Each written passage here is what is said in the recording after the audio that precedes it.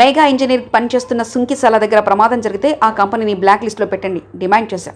కానీ black list చేయకుండా దొంగలు కలిసి ఊర్లు పంచుకున్నట్లు 4,350 కోట్ల కొడంగల్ లిఫ్ట్ ఇరిగేషన్ ప్రాజెక్టును సగం మెగా కంపెనీకి వచ్చారు. ఇంకొక సగం మంత్రి పొంగులేటి శ్రీనివాస్ సంస్థ రాఘవ కన్స్ట్రక్షన్ కు అప్పగించారంటూ కేటీఆర్ వ్యాఖ్యానించారు. అక్కడ పనిచేస్తున్నదో మెగా ఇంజనీరింగ్ దాన్ని బ్లాక్ లిస్ట్ చేయండి, వెంటనే ఎంక్వైరీ కాల్ఫర్ చేయండి, ఆ సంస్థను బ్లాక్ లిస్ట్ లో పెట్టండి. రాష్ట్రంలో ఒక్క వర్క్ కూడా ఇయ్యొద్దు. ఎట్లా ఇస్తారు అంత పెద్ద యాక్సిడెంట్ అయినాక? మరి దాదాపు 75-80 కోట్ల రూపాయల ప్రజాధనం నష్టం జరిగింది. అక్కడ వెంటనే ఎంక్వైరీ చేసి అధికారుల మీద చర్యలు తీసుకొని వాళ్ళను బలిపశువులను చేయడం కాదు, ఆ సంస్థను బ్లాక్ లిస్ట్ చేయమని చెప్పి డిమాండ్ చేసినాం.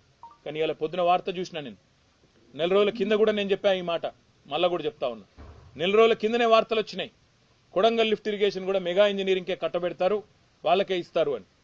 మరి ఈరోజే పొద్దున వార్త వచ్చింది, కొడంగల్ లిఫ్ట్ ఇరిగేషన్ ప్రాజెక్టును దొంగలు కలిసి ఊర్లు పంచుకున్నట్టు 4,350 కోట్ల రూపాయల ప్రాజెక్టు ముఖ్యమంత్రి సొంత నియోజకవర్గం.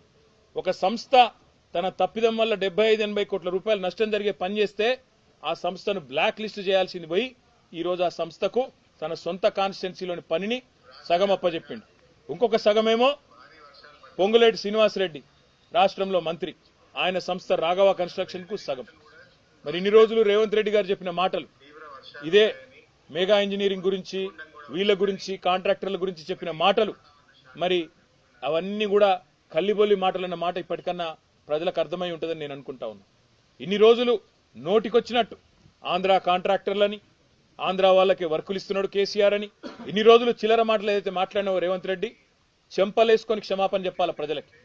నీ సొంత నియోజకవర్గం కొడంగల్లో కొడంగల్ లిఫ్ట్ ఇరిగేషన్ అనే ప్రాజెక్టు ఇవాళ ఏ సంస్థనైతే ఇన్ని రోజులు ఈస్ట్ ఇండియా కంపెనీ అని తిట్టినవో ఆ సంస్థకే కట్టబెట్టినవంటే నీ రంగేందో, నీ నైజమేందో, నీ నిజాయితీ ఏందో దీంతోనే బయటపడ్డదనే మాట నేను విజ్ఞప్తి చేస్తా.